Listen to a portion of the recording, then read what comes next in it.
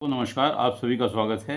आज इस वीडियो के द्वारा मैं किरण कन्नौजिया जी जो वाराणसी की रहने वाली हैं, उन्होंने अपनी बर्थ डिटेल भेजकर प्रश्न किया है कि क्या उनकी कुंडली में तलाक योग है। उन्होंने अपने पति की कुंडली भेजी हुई है।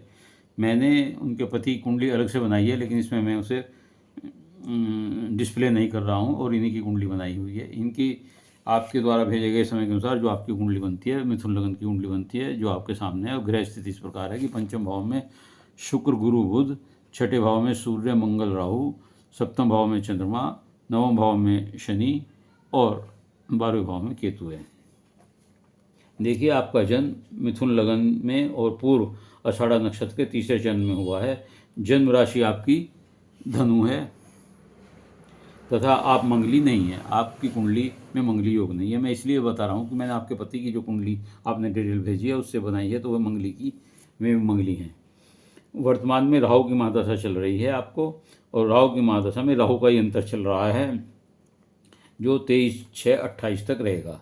तथा वर्तमान में गोचर में शनि भी यहाँ बैठे हुए हैं और पूर्ण दृष्टि से अपने आपके पति भाव को देख रहे हैं। जहाँ तक जहाँ चंद्रमा है और चंद्रमा से यहाँ बैठ करके विषयोग दृष्टि के अनुसार विषयोग बनाते हैं। ये करीब 2.5 साल स्थिति बनी रहेगी। कुंडली के छठे भाव में अगर हम देखें तो मंगल और राहु अंगार दोष बना रहे हैं, और सूर्य और राहु ये जो है ग्रहण दोष बना रहे हैं, जो अशुभ हैं, दाम्पत्य जीवन के लिए किसी प्रकार भी ठीक नहीं है। कुंडली को देखने से ऐसा लगता है कि क्योंकि आपका सप्तमेश गुरु मूल त्रिकोण पंचम भाव में बैठे हुए हैं और यहाँ चंद्रमा बैठे हुए हैं और वहाँ खुद शुक्र स्वग्रही बैठे हुए हैं, तो ऐसा लगता है कि आपका या तो प्रेम विवाह होगा या आपका कोई प्रेम संबंध होने की संभावना है या प्रेम विवाह हुआ होगा। ये समझ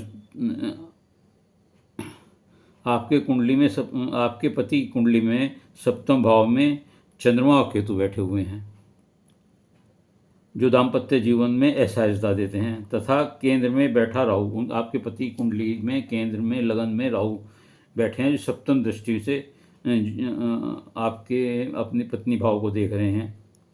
आपके पति मंगली हैं तथा आप मंगली नहीं हैं, इस कारण दाम्पत्य जीवन भी बहुत ज़्यादा सुखद नहीं लगता, कोई ना कोई दिक्कत बनी रहेगी। गुणों का मिलान मैंने आपके और आपके पति की कुंडली से किया है, तो उसमें भ्रकुटी और गण शून्य है, जबकि गणों का मिलान गण होना बहुत जरूरी है। गण भी शून्य है और भ्रकुटी भी शून्य है, इसलिए भी दिक्कत आ रही है। लेकिन इस सब के बावजूद भी ऐसा लगता है कि आपका लग्नेश और सुखेश पंचम भाव में बैठे हुए हैं और शुक्र के साथ लक्ष्मी नारायण योग बना रहे हैं, गुरु के साथ भी मिलाकर अच्छा योग बनाते हैं, तो जो पूर्ण ग्रह सुख देते हैं। और शुक्र भी, क्योंकि आपके शुक्र जो हैं स्वग्रही बैठे हुए हैं और विदेश भाव के स्वामी होकर यहाँ बैठे हुए हैं, पंचम भाव में बैठे हुए हैं, तो ये सब सुख देते हैं।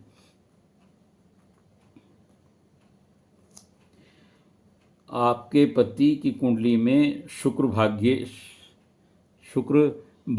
होकर के और सुखेश होकर के सुख भाव में सुग्रही होकर बैठे हुए हैं, उन्हें भी ग्रह सुखपूर्ण है। गुरु की भी 5वीं दृष्टि पत्नी भाव पर, आपके पति की कुंडली में पत्नी भाव पर पड़ रही है, जिससे ऐसा लगता है कि यदि दोनों एक दूसरे से एडजस्ट करें तो तलाक की स्थिति हट सकती है। 36 साल के बाद इस तरह की दिक्कतें खत्म हो जाएंगी और सन 2028 अगर आपने निकाल दिया, क्योंकि आपकी पति की कुंडली में सन 2028 तक मंगल में राहु है और आपके में राहु चल रहा है, यदि ये अवसर आप निकाल देते हैं तो तलाक की संभावनाएं कम हो जाएंगी। इसके अलावा आप यदि गोचर के शनि की दृष्टि से पीपल पर शनिवार को शाम को सूर्यास्त के बाद तेल का दीपक जलावें, बड़ के पेड़ की जड़ में कच्चा दूध दें, ग्रहण दोष का उपाय करें, और गुरु बृहस्पति के पेड़ पर केले के पेड़ पर बृहस्पति के दिन घी का दीपक जलाएं।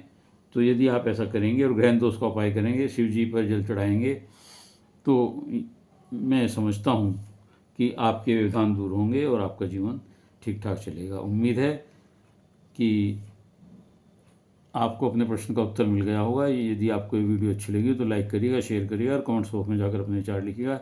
इसके अलावा यदि किसी और का कोई प्रश्न हो तो वह अपनी डिटेल मेरे चैनल को सब्सक्राइब करते हुए भेज सकता है। एक प्रश्न उत्तर अवश्य दूंगा। उत्तर के लिए धैर्य से इंतजार करें। धन्यवाद।